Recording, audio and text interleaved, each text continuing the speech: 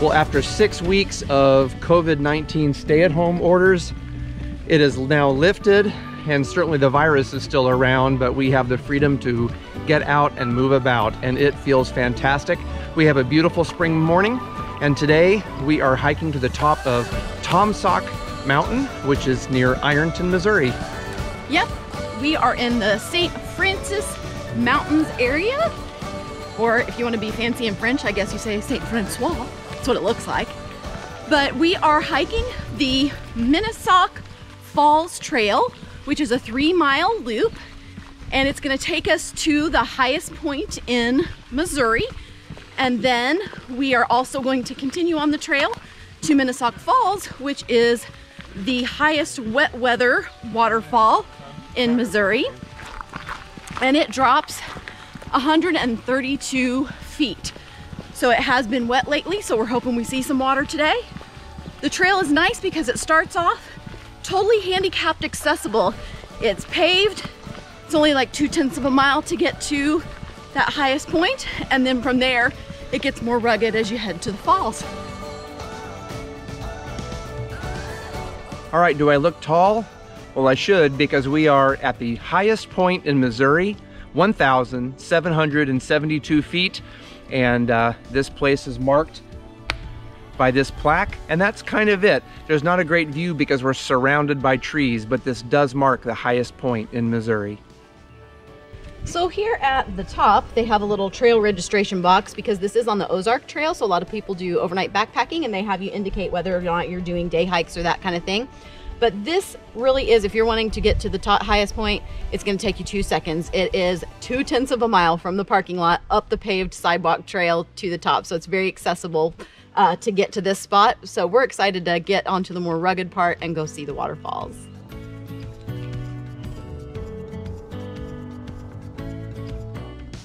Right at the junction of the pavement and the Chat Trail, you're going to find a little sign that's going to tell you it's 1.2 miles to Mina Sauk Falls.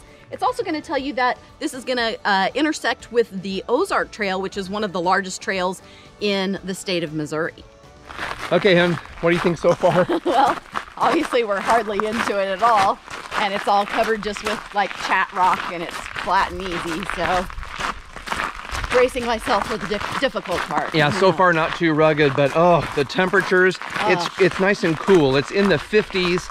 There is no wind, there's full sun, so it's hard to beat this for hiking weather. Yeah. So it just feels glorious to be out on a trail. No kidding. All throughout the St. Francis Mountain area, you are going to see these huge granite rock formations. And the biggest spot that you find in this area is a whole different state park called Elephant Rock State Park, which is great. If you're ever in this area, you've got to check that one out. But it's kind of fun walking through the woods and seeing these just crazy big granite boulders.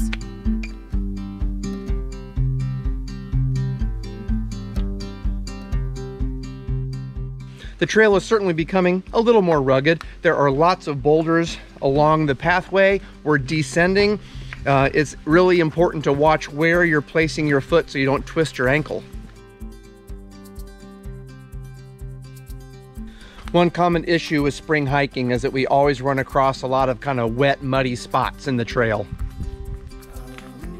One great way to make sure that you are staying on the right track on the trail is to look for the blazes. Missouri does a great job of identifying trails by colored blazes. On the Mina Sauk Falls Trail, you're going to look for red blazes. About a mile in from where the pavement ends and starts to the Chat, you're going to come to a beautiful clearing that has a gorgeous view of the hills out here. And again, it's a good example of all of these crazy granite rocks that you find in the area, and it is a perfect spot for a picnic. I think somebody here would like a treat.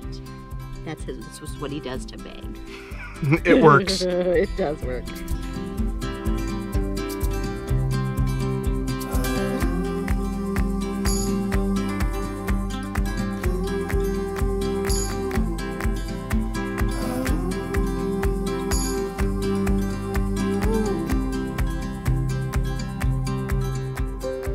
It's always hard to get a perspective of descent from a video, but we are really dropping quickly.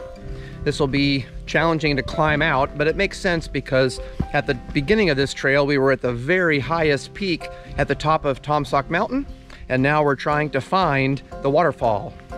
It has been a muddy, wet trail so far. We've been able to manage okay. Cindy's working with her sticks.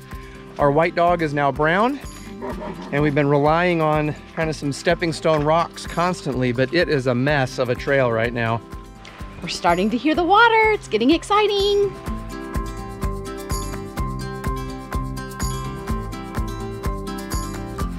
The falls, 100 feet ahead.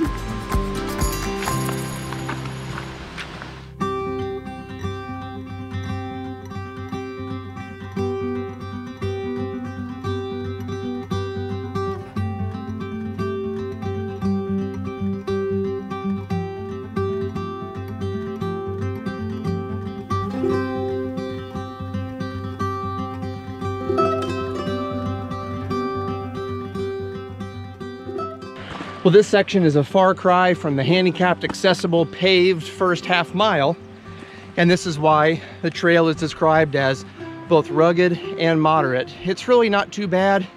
It's not very edgy. You just need to take your time and realize that there will be some rock scrambling. My favorite kind of hiking is hiking that has waterfalls and goes along a creek. And right now, that is what this trail is doing. So this section I am really loving because I'm getting the lovely sound of the creek as we walk along the trail.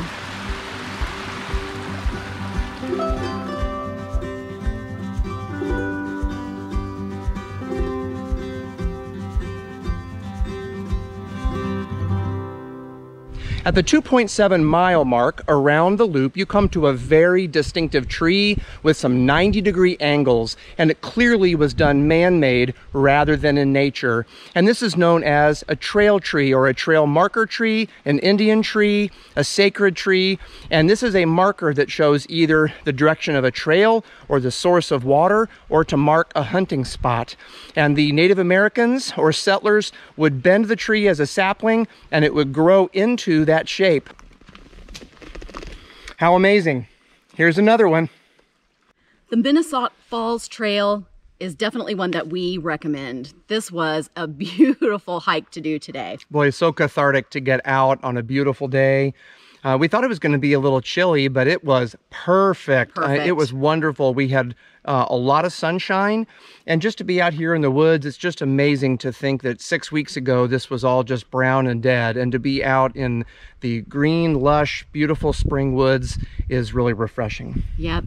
This is a trail you're going to want to do in the spring during the wet season because the waterfall is a wet weather waterfall, and if you come in the middle of the summer, it's going to be dry. But we luckily have come right after some good rains, and the falls were very pretty today. Lots of streams following along the trail. It was just great. I also loved that there were lots of really pretty wildflowers out.